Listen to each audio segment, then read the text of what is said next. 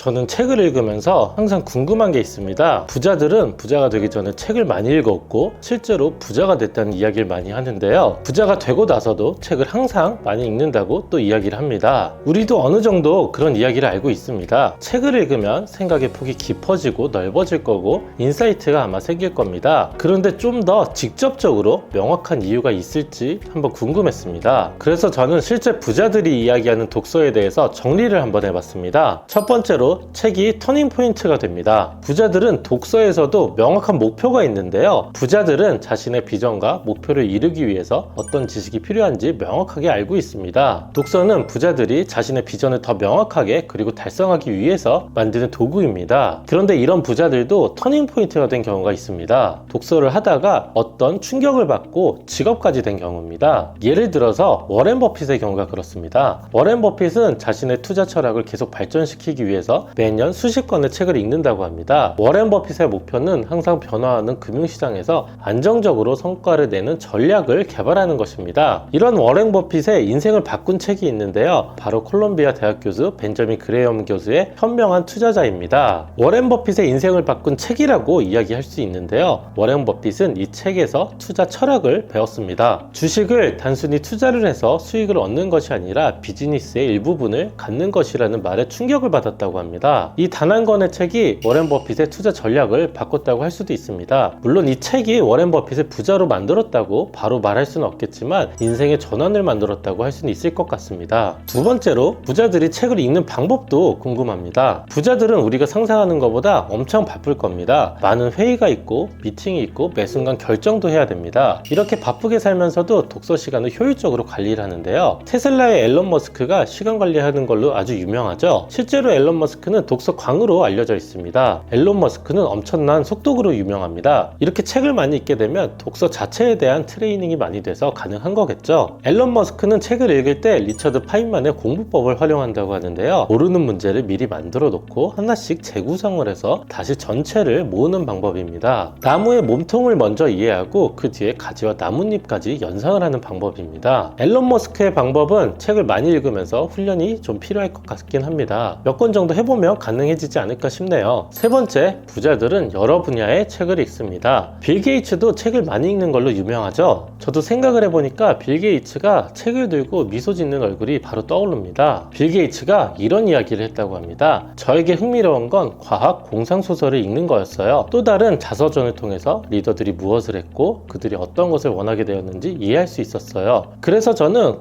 공상과학소설과 자서전들이 가장 큰 영향을 끼쳤던 책이라고 말할 수 있습니다. 이렇게 빌 게이츠가 이야기했다고 합니다. 빌 게이츠 역시 익숙한 책만 읽었던 시절이 있었는데요. 하나의 분야를 파고들면 전문가가 되긴 하겠지만 실제로 일상생활을 하며 전문적인 내용으로 대화가 이루어지는 건 또 아닙니다. 그리고 다른 분야를 많이 아는 것이 새로운 아이디어가 되기도 합니다. 간다 마사노리는 아이디어를 연상할 때 전혀 상관없는 것에서 시작을 해보라고 조언을 합니다. 이제 마지막 네 번째로 책을 언제 어떻게 읽어야 되는지 생각을 한번 해보겠습니다. 책을 빨리 읽는 것도 중요하지만 제대로 읽는 것도 중요하죠. 이해를 해야 되니까요. 속독을 한다는 게 참 매력적으로 보이기는 합니다. 빠르게만 읽을 수 있다면 아주 많은 책을 읽을 수가 있으니까요. 그런데 속독을 하려고 해도 물리적인 시간이 좀 필요합니다. 최소한 하루에 한두 시간 정도는 속독하는데 집중을 하고 사용을 해야 됩니다. 불가능한 이야기는 아니지만 바쁜 시대에 또 이렇게 한두 시간 내긴 좀 쉽진 않습니다. 각자의 또 스타일이 있는데요. 저는 속독 자체가 좋은 게 아니고 이해를 잘하고 어떻게 적용하는지가 더 중요한 것 같습니다. 자기 성격과 맞는 독서법을 찾는 게 더 중요하고요. 아무리 다른 사람들이 속독이 좋다고 해도 나는 그렇게 또 잘 안 되는 경우가 많거든요. 하나하나 문장을 읽으면서 생각하는 게 좋은 사람들도 있으니까요.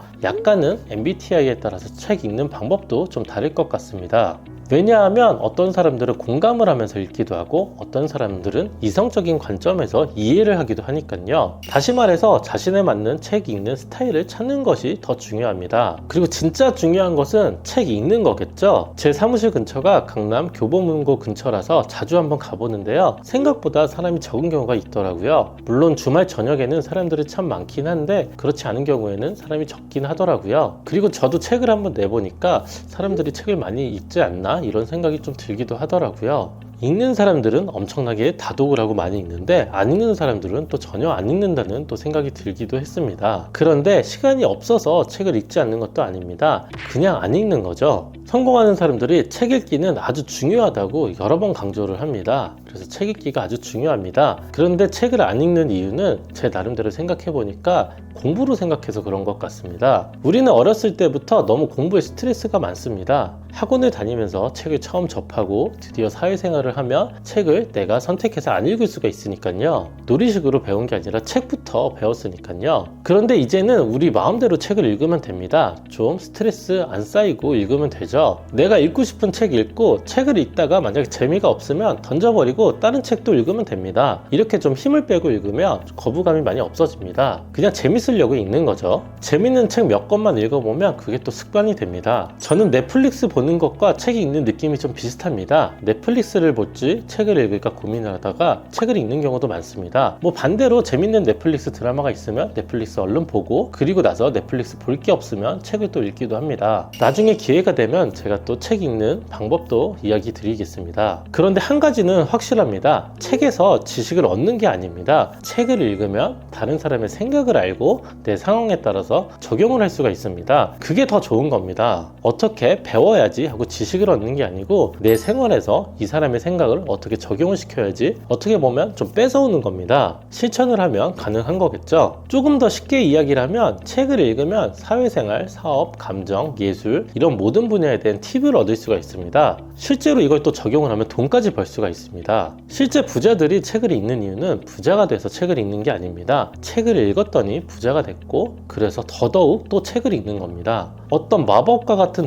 독서법보다는 자기에 맞는 독서법을 갖고 책을 한 권씩 읽어보면 참 좋을 것 같습니다. 부자들에게 책은 어떤 터닝 포인트가 됐는지 그리고 또 어떻게 읽는지 그리고 책을 왜 읽어야 되는지까지 말씀을 한번 드렸습니다. 오늘 이야기 유익하셨다면 구독과 좋아요, 알림 설정 해주세요.